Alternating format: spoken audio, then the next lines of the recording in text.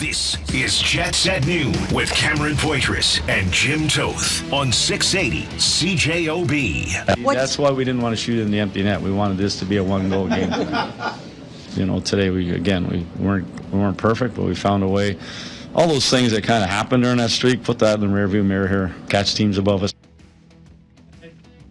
That's head coach of the Winnipeg Jets, Scott O'Neill, last night, yesterday afternoon, I should say. You always get so used, Jim Toth, to saying last night. When there's like an afternoon game, it kind of throws you off. Yeah. Messes with your... The 1 o'clock or was earlier than the normal 2. Yeah, messes with your head. So it was yesterday afternoon. 4-3 win following up a 5-3 victory on Friday over the LA Kings. You say Fly Day or Friday? You say Fly Day? I don't have to listen back. Forte, were you listening? Did I say Fly Day? I wasn't paying attention. And we're off and running on a Monday. This is the show. Did you say Fly Day? I don't know. What did I say? I wasn't listening. Well, I might have said Fly Day. Text the show, 204-780-6868. Did you hear me say Fly Day? Because with the win after 11 losses, it could be Fly Day. It could have been. Flew. You know what, Jim? The Jets finally took off. You know what? They played so fly. That's what I mean. That it was a Fly Day. I thought you were slipping that in. But I am not that smart. This is how well produced this show is. Yeah. Did you say Fly Day? I don't know. Forte, did I say it? I don't know. I wasn't listening. And we're off and running on a Monday. This hour is brought to you by Wash Method Car Wash, 690 St. Anne's Road, and at washmethod.com. The VIP text will win a VIP car wash from my good friends at Wash Method, coming at you live from the Boston Pizza Studio. Boston Pizza, saucy savings on pasta every day in January from only $11.99. What did you think about the two? I mean, obviously, you could just feel the sense of relief after the win on Friday, and then following it up with another victory on Sunday. Things got a little hairy on Sunday. Let's be honest. The Jets are still in a hole. They're still 9 points out of a playoff spot. They're still second last in the entire NHL. Let's always be honest. But there's a little bit more. There's feelings of relief that, okay, I don't know. How do you feel? 204-780-6868. Is there like a spark of hope? I mean, Jim, where are you right now? So here's where I'm at. There'll be people in the fan base, and I get it, that are disappointed that they've won 2 games in a row and want that first overall or at least the top 3 pick. Yeah. The reason I think that was dangerous and that the team needed to do something in the front office to help this team is because of what we heard after Friday's win. We got wives putting pictures of themselves, of the players and kids, like Eric Comrie's wife, in there to remind him, that different perspective. You love playing this game. You got the girlfriends and the spouses trying to work through this 11-gamer where they lost 13 straight 1-goal games. I mean, the athlete's perspective is always different, but it's a game, right? And I know there's money on the line and careers and jobs and all that and victories, and the fan base wants them. But here's why I think it was really good that they won 2 games in a row is they needed it mentally, right? Like, we don't have to go far back last week to hear Scott O'Neill say, is it a mental BS? Is it a mental thing now? And he goes, yeah, we're all going a little mental here. It was needed, Cam, like not just on the ice and in the standings. The standings right now, I think they've needed that more for themselves than anything else. They were going through the meat grinder with this, trying to figure it out, trying to get to lay. We're fragile in one game. We're vulnerable in 1-goal games, and it's not good. All that stuff. This week is a week well traveled. The distance traveled from coming out for a third period against Vegas with the lead, and Vegas looking like, let's go win ourselves a game, and Winnipeg looking like, let's not go lose ourselves a game, and that's exactly what happened. Then the Oiler game, and you're up 3-1, and then that happens. Like, they weren't washing it anymore. The proverbial win-loss, 10 minutes, half an hour after the game, then you move on, wasn't getting done. And there was spouses literally going, you need to change your demeanor. Like Eric Comrie talked about being a bad parent. It wasn't too long ago, Blake Wheeler told us that he was taking it home with him and was miserable to be around when the kids were there and stuff like that. So it was needed. I don't care what you think about the standings or the rest of the season or whatever. These are individuals that needed a break, and they made themselves a break Friday against LA. They looked great. They had 4 lines score. At no point like waiting for the other shoe to drop. And the reason I didn't feel it wait for the other shoe to drop was Eric Comrie's play. I was like, he is dialed in tonight. And then we hear about what he went through in Toronto, which I've said on the air, I think that third period he should have been pulled. He was losing them that game. So for him to come back, get to a different space, and we all do it, right? No matter what's going on in your life, you can have loved ones and kids and spouses and friends tell you all the time, oh, you're okay, just be all right. And it doesn't work. It's the weirdest thing that'll snap you out. It's maybe holding the door for somebody and they're like, hey, I really appreciate it. You changed my day. And all of a sudden your bad day isn't as bad. Little thing. And they needed that on Friday. And then yesterday, it's a summation of the season. Like they got a bounce yesterday, which is what they needed. But they didn't have a good second period. I thought it was a pretty even 1 o'clock. When Scott said post-game, Scott Arneal, that it's the fourth game in 5.5 days. I never put that together, right? I thought, well, they played Friday and they got an afternoon game. No big deal. But when you play 4 games in 5.5 days, the second period was not good. They look like what has plagued them all year. And then I said in the intermission with Kelly at 3-3, you played terribly and you've played well. Who wants this more? And Jack Hughes looked like he wanted it. He played 27 minutes and was all over the ice yesterday. Good. But the Jets made something happen, right? Like Josh Morrissey made something happen. Tanner Pearson went to the net, made something happen. Depth scoring came through again. And New Jersey was all over at that last minute 30. They had a golden chance. They got a break, but you make your own breaks. That's the definition yesterday of making your own breaks. They played well enough and did not make many mistakes in the third that allowed them to get a win. So 2 wins in a row. We'll see where this goes. And I said, a lot of the fan base are like, but if you were in the building, the fans needed this too, right? Oh, big time. I think we hear about this, and rightfully so. The callers, and I love all the opinions, that they're a terrible roster, and I disagree with some of it, and I agree with the other of it. But at the end of the day, the fans needed this just as much as the players did. And if you don't think they're all in this all together, you are. The ones who are mad, that's why you're mad. They should be better than they are. And the ones who are mad at the ones who are mad are just going to cheer for them no matter what. Mm-hmm. And somewhere caught in the middle is the fan that understands this is a bad season, not a bad team. I think it's too late. That's what I think. No, but you could not. That's what I said last week, Cam. You can't let this keep going. It's like a festering disease in the locker room. And if it got to 13 and 14, you needed to change something. So this might present itself as an opportunity to change. Darren Dreger putting this out. Luke Schenn, who David Pagnotta, in his reporting, friend of the program, on the fourthperiod.com, and said that Luke Schenn at that time had suggested that he was open to a change, but hadn't formally requested a trade. Now Darren Dreger comes out and says, Luke Schenn, to me, is a tradable commodity. You're going to get him for a deeper draft pick. There's a team that will have interest in him. Now, when we discussed this last week, there were some teams on that list that were looking at Luke Schenn that I think some people might have scoffed at, like talking Dallas, Detroit, Washington, teams like that. What do you think about this? Do you think we might be seeing the final days of Luke Schenn and his, I guess it would be less than a year, his time here in Winnipeg? I don't think before this, I think he's happy with his playing time. Mm. I think as a veteran, you think he's not happy with his playing time? Yeah. I don't think it's one thing. I think he wants to be playing every night. Like if this is it, I don't know him at all, but I would think you would have to, all pro athletes at the end think that they can end it like their way. Yeah. So I don't know him at all. But to me, some of his body language, I sat a month and a half ago or months ago at the Carolina game in the third period in the bottom row, and he only played 2 shifts in the third, and I could tell it wasn't sitting well with him, the body language. He'd come out in the commercial breaks and go for a skate, but he was unhappy. And he was unhappy because he hadn't had a shift in 8 minutes. And so I think he even talked about, I was waived at a game in the 700s, and now I've made my 1100th. I never thought this would happen, so it's good stuff.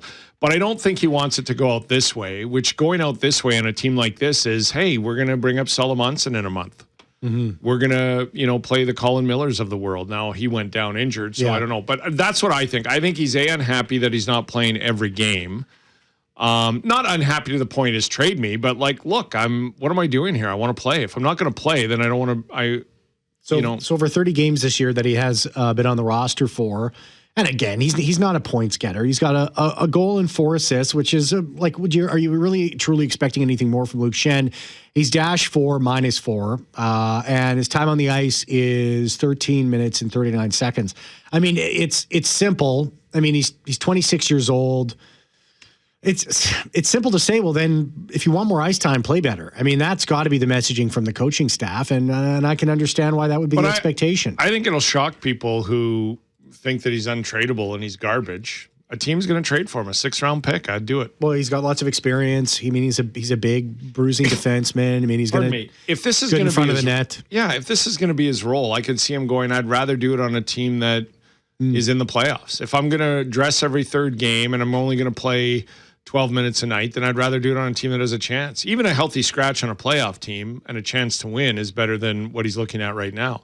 So I think he's unhappy about that. Not unhappy like trade me right now, but he's like, I want to play. This is probably my last year and I want to play. I want to be on the ice or I want to have a chance to win, either or. So I'm okay if you want to move me. So he was sad in Toronto, particularly for his 1100th game that he was able to play it in Winnipeg. Do you think that had anything to do with it, him being upset with Arneal or something? I think it's a culmination. I just think things. anytime he's sitting, he's probably like, look, if you want to play the young guys, but then move me.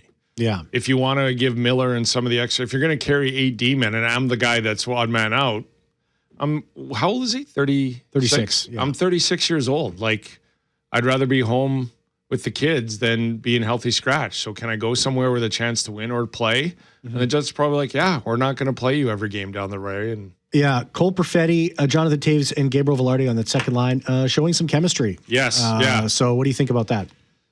Well, I think it's good. I give John Shannon credit, and I did on the pregame show yesterday too, because John Shannon was the one guy out of all of us that we were talking about this that said it might take 45, 50 games for him to come around. But he did an interview, Jonathan did, on the Christmas break, and he kind of reevaluated everything, and he was kind of surprised that it wasn't coming easy and he was struggling. And he said it was kind of a wake-up call, and I had to reevaluate. And then he got back to the IE, quote-unquote, why do I play this game? Mm-hmm. So there's some distance traveled here with a lot of these guys, right? Like, I think Jonathan's like, why am I doing this? It's been 2.5 years. I thought I would come back and this would go, and it's not going well. So why am I here over the Christmas break? And he probably sat down with himself, and he's like, because you love the game and you love to play, and you don't want to go out with what you went out with. Yeah. So I think he came out of the Christmas break with a relax. It's going to be okay. I mean, I was at training camp when he made 2 great defensive plays in the offensive end and stole the puck. Yeah. And then when he got the puck back on a give and go, he fanned on the shot. And it was like he missed an open net in a Stanley Cup final game. Yeah. That's how and I'm like, you just made 2 nice plays and you haven't played in 2.5 years. Relax. But that's him, right? Mm-hmm. And it's training camp. And so that's him. And I think he's playing a little looser and enjoying the game more. And that's why he's playing better and playing well. He's not trying to. And his conversation about Cole Perfetti and Cole Perfetti's conversation about him. Yeah. I think that's helping. I think this is what they envisioned it's only been a handful of games. Yeah. But I think this is what they envisioned in that second line when they signed him was Perfetti had his best game of the year yesterday, by the way. Without by a doubt, far. 100%. And not just because of the 2 assists, that he was decisive with the puck. He wasn't looking to pass it all the time. And when he made a decision, the decision happened immediately and he drove to the net a lot. I want to talk to Paul Edmonds about that because that was what I saw too, Jim. Exactly what you just said. He's playing with confidence. You could just see it. Yeah. I mean, he was facing forward and he was playing. His pregame conversation with Paul was amazing because he just said, like, the conversation with Jonathan and Jonathan vice versa. It's like, I wasn't there for the conversation, but it sounded like it was like, kid, trust me, this is going to go by like that.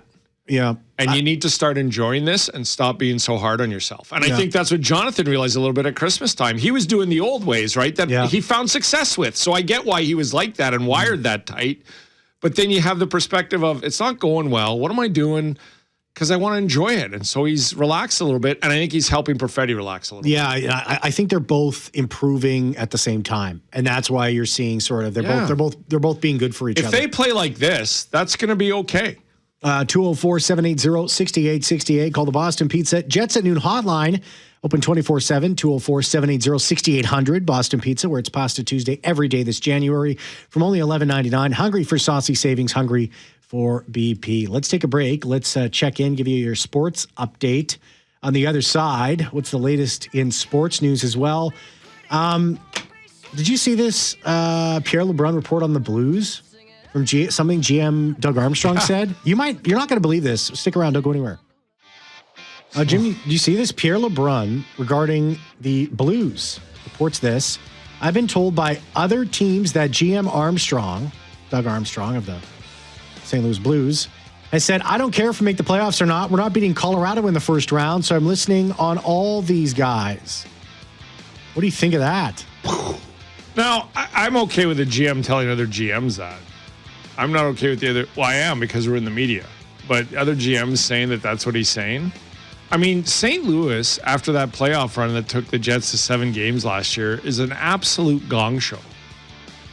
You have goalies hiding down the hallway because the other goalie won't come out. Your Olympic goalie is not starting on the team that he plays for, and the GM is the GM of both teams. You got a coach that's like, I'm pulling you. No, you're not. You know what that adds up to? We need one in the studio, by the way. Gong. We do need one of those. So every time we have some, this is a gong show, we can go gong. What has gone well? We get a gong. Who wants to sponsor a gong? What has gone well for the Winnipeg Jets those last 2 games? And what do they still need to do? Paul Edmonds will help us discuss that when we return. Here we go.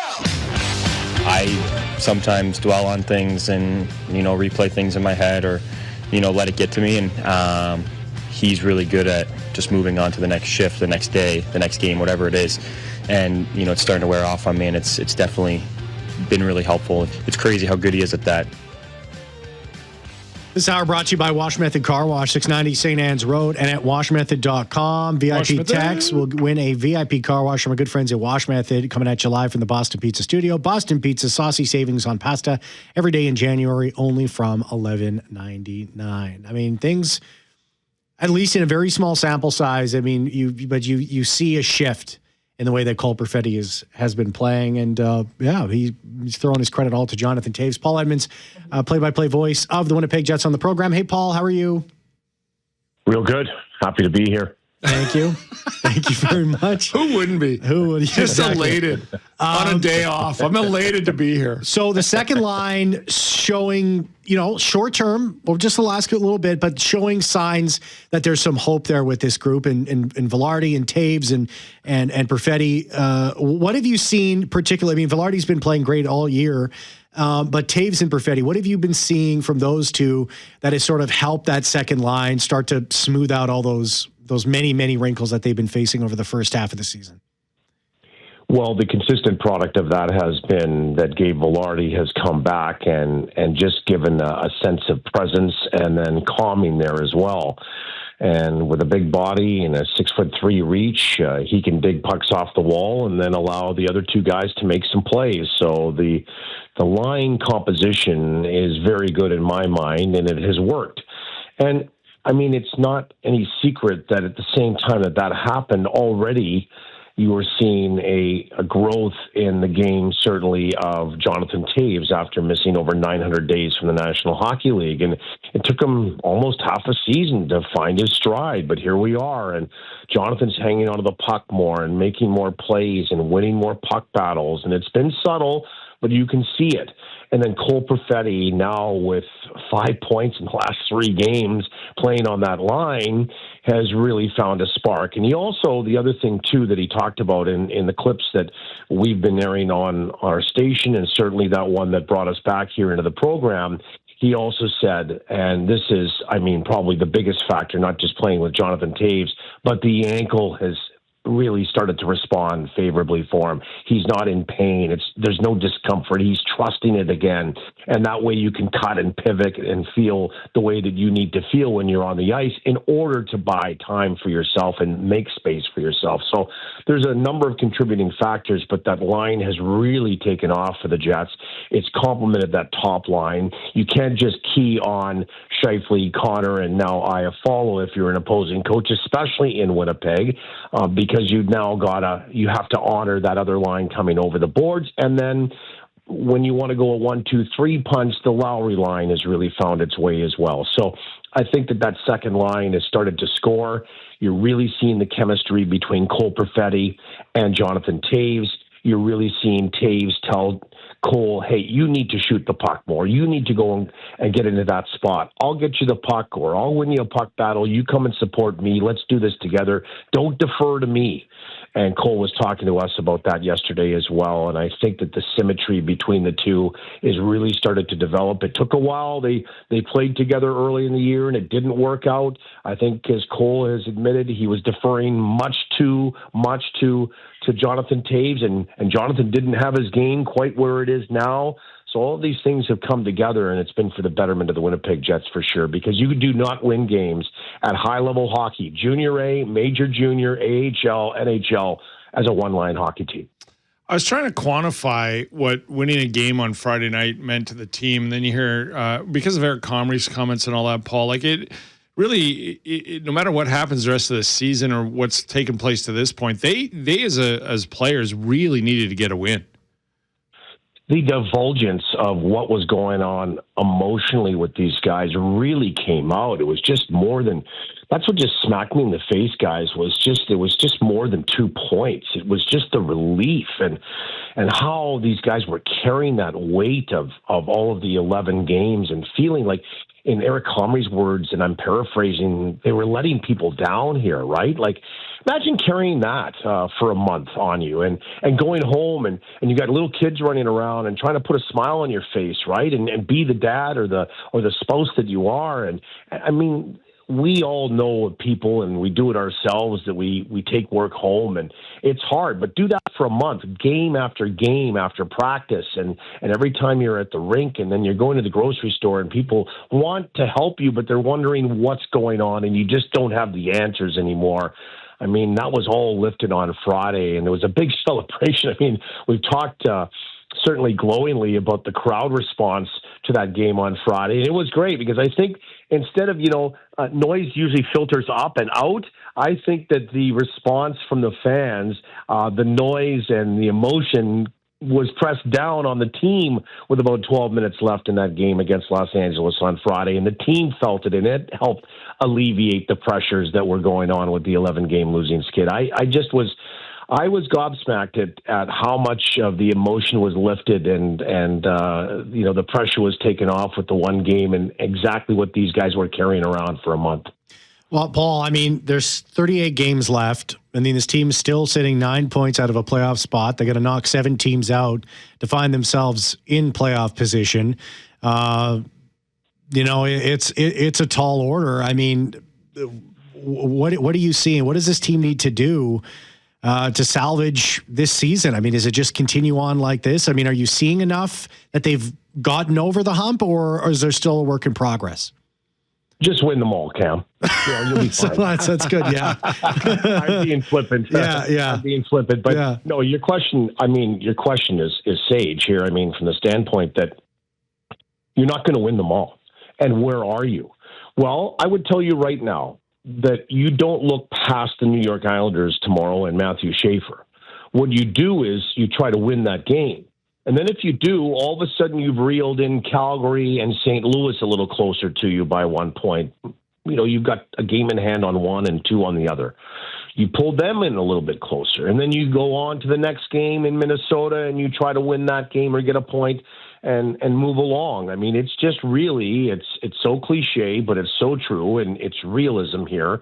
You win the one game that's in front of you. And then you see where you get to. For me, you can't look at, okay, we are only 9 points out of a playoff spot right now. Yeah, I guess you look at that as a fan and maybe broadcasters, you talk about it. It's always, you're looking for topics of conversation on the agenda that you're going to discuss. But I think what you're trying to do here is the one game at a time and work your way back to that 500 mark. That is the initial goal right now beyond the game in front of you. You've got to get back to 500. And once you do, then you can start to see a climb. I will also say this, that we saw it certainly with Danny Zhilkin coming into the lineup. You are now seeing the integration of some of the younger players in the organization getting that opportunity. And I wonder if there's going to be somewhat of a hybrid here of the philosophical change within the organization. Hey, we're still relevant. We want to remain relevant. Let's see what happens, but let's see what happens by bringing in another younger guy or 2 or 3 as we go along. So I wonder if that is starting to happen here, and we've seen that with Zilkin, of course. I wonder what's going to happen with Colin Miller and him leaving the game last night as well. I mean, if he's going to be out for a week or a couple of weeks, we don't know until practice tomorrow or morning skate. But if there is something a little longer term with him that prevented him from coming back in that game last night, then you wonder if Elias Salamonson comes back up and if he gets put back into the lineup. So there is a little bit of a couple things that are at play here and at work right now, and it's just about where exactly they're going to fall on which side of the fence right now. But I think Winnipeg's teetering, but I still think that you can bring in the young guys while remaining relevant and trying to pursue that playoff spot because there's still time. There really is. But you have to win one game at a time. You can't win them all. You can't get back on that 9 points that you're in arrears of the 2 wildcard spots. But it is a tall order right now for where Winnipeg has put them in that spot or put themselves in that spot. And Dylan DeMello talked about that the other day, that there's nobody else to blame for where they are but themselves. Last one for you, Paul. Do you think Kevin Cheveldayoff's trying to fix this right now, or do you think he's just seeing where it goes? A little bit of both, and I don't know that there's fixing as to, okay, what is the plan here going forward? And obviously we have to make some changes. And again, I'm paraphrasing and just my thoughts are just coming out on what might be going on. I feel that he's saying, where is this going to get to? Let's see how we play in the next bit. Now, the interesting part for me, gentlemen, is that it's maybe a little too early to start moving some of the assets that maybe are on expiring contracts at this point, because it's not that you maybe don't want to move a player or two. It's just that nobody needs some depth players right now in January. Maybe as we get toward the break next month and post-break, just before, of course, the deadline, you might to see some more movement when it comes to the acquisition of those types of players and the need for those types of players within other organizations. So it might be a little early to try to start selling off pieces, but I think that what they're doing is making a huge assessment right now on where they are going forward and who is going to be brought back and who is going to certainly be divested of. So there's a little bit of both going on there right now. And as they always say, time will tell, Jim. But I think that certainly the assessment of the organization has been going on for weeks right now. Paul Edmonds, Jets play-by-play voice on the program. Paul, thanks so much. Really appreciate your time, okay? You take care. Yeah, my pleasure. Talk to you later, guys. Yeah, thanks for your elation of joining us today. Yeah. Absolutely elated. We made his day. We did. And there he goes. So happy. He can't even he's too overjoyed. He's too emotional. Absolutely. Yeah, I mean the Jets aren't out of it. You know, I'm just doing a little bit of quick math. 40. So they've played 44 games. They've 38 games remaining, right? So to get to 95 points, they currently have 39. That means they're going to have to win 28 of their remaining games and they only have 10 games that they can lose to get to 95. Now, there's of course some overtime points you can mix in there, but this is it's essentially they have to win 3 of 4. Well, I look at it this way: Islanders are in town, no joke, tomorrow. Yeah, but beatable. Minnesota's tough, no matter when you play them, no matter what the records are. But going to Minnesota, that's going to be a tough game on the 15th, and they come home to host Toronto on Saturday. That's a winnable game. These are teams that they were up 4-1 on Toronto in Toronto on home ice. You should do it. Then the following week, they have Chicago in Chicago and come home for a back-to-back against the Blues. I'm not saying they're going to beat. I'm just saying they're beatable games, winnable games. And then you have Florida here on Thursday. Tough one.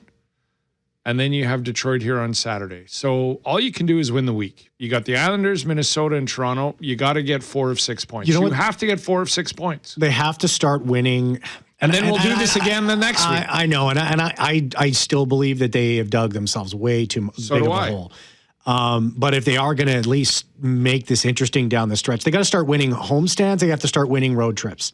And they have to start. They have to win every week from here on out. I mean, so if you have 3 games, you have to win 2 or get 3 of 6 points. And if you have 4 games, you got to win 3 of the 4, or you got to get 5 or 6 of the 8 points. And if you win every week, the best you can hope for is you have a chance. Miss your chance. Get your thoughts on the show today. Call the Boston Pizza Jets at Noon hotline, open 24/7, 204-780-6800. Boston Pizza, where it's Pasta Tuesday every day this January from only $11.99. Hungry for saucy savings, hungry for BP. Let's take Here's a quick breakdown for you. The problem is they have 39 points. The Kings have 48. The problem is the St. Louis's, the Flames have 42. The Ducks, the Blackhawks have 45. Nashville has 46. They should be in the 40s to give themselves a chance, and they're not. That's the real problem. So now you have 1, 2, 3, 4, 5 teams, and I would say 3 of those 5 teams you are better than, but they're ahead of you, and that's the problem. You saw that. You're going to have more on this on your show later on. Ken Campbell, the Hockey News, is going to join me at 1:30. Youth Hockey League investigating a quote-unquote staged under-8 intermission fight during the NHL game in Hershey, Pennsylvania. Yeah, Hershey Bears game. I want to talk about that. And also, I mentioned this in my Sports Minute beforehand. The Senators have signed goaltender James Reimer of Morwena, Manitoba.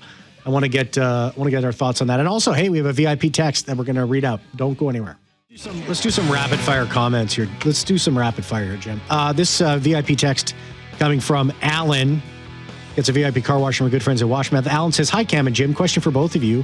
Looking back, do you think that it was a mistake putting Perfetti, Sandberg, and Lowry back too soon in the lineup without some conditioning and healing? They weren't playing all that bad then, as in the team. Thanks. What do you think, Jim?" No, I don't. I don't think they would have gone back in the lineup because they were playing so well unless they weren't 100% ready. Yeah. I don't think it was too soon. Or, yeah, I mean, as 100% ready as you can be as a National Hockey League player. It just, when I heard it was a high ankle sprain as the injury went on for Cole Perfetti, I was told then that if that's what it is, that'll bother him all year. The Ottawa Senators have signed goaltender James Reimer to a one-way contract for the remainder of the 2025-26 season. $850,000 cap hit, USD, of course, from Morwena, Manitoba. Reimer, who just keeps finding jobs to the National Hockey League. Netminder Linus Allmark has taken a leave of absence for personal reasons on December 28th. He has not returned from the team, and it doesn't seem like he's coming back anytime soon for whatever those personal reasons are, which are none of our business at the end of the day. Jim Toth. Good for James, but this is such a desperate move, and it's because he played one game in the American Hockey League before he got this contract, and he got lit up. Like, his goals against average is over 6. Yeah, it's a one-way contract, so it's like... Well, it's just like, we're going to sign you for the rest of the year, and you'll be here. Otherwise, he's probably like, well, I'm not going to come play. Yeah. So, I mean, but it speaks to how desperate they are for good goaltending or decent goaltending. Yeah, and talk about teams that are, I mean, there was higher expectations for the Ottawa Senators, and they're sitting 7 points out of a playoff spot right now, 45 points in a competitive. 525 games, and the career continues for the 37-year-old. You're going to get into this more. We only have a few seconds here, Jim, but Youth Hockey League investigates staged under-8 intermission fight during a Hershey Bears game in the AHL. Apparently, from what I was seeing, this had happened before on December 20th. Something almost exactly the same happened in the same facility at a Hershey Bears game. Yeah, so, I don't like it. I'll get into it right now. I don't think it's funny. I have a 5-year-old who right now is already thinking that, and you know how I defend fighting in the National Hockey League. I think it has a role. Yeah, but those are I just adults. don't think at this age. And then you get this opportunity to be on the ice for 3 minutes in an intermission, and which that's is how so cool, by the way. It was so cool. I went on a Moose game, and it was the best thing ever. That's what I mean, and that's what you do with it. I agree. All right, you'll get more into that as your show goes on. Yeah, thank you very much, Jeffrey Fortier, producing the show. See ya.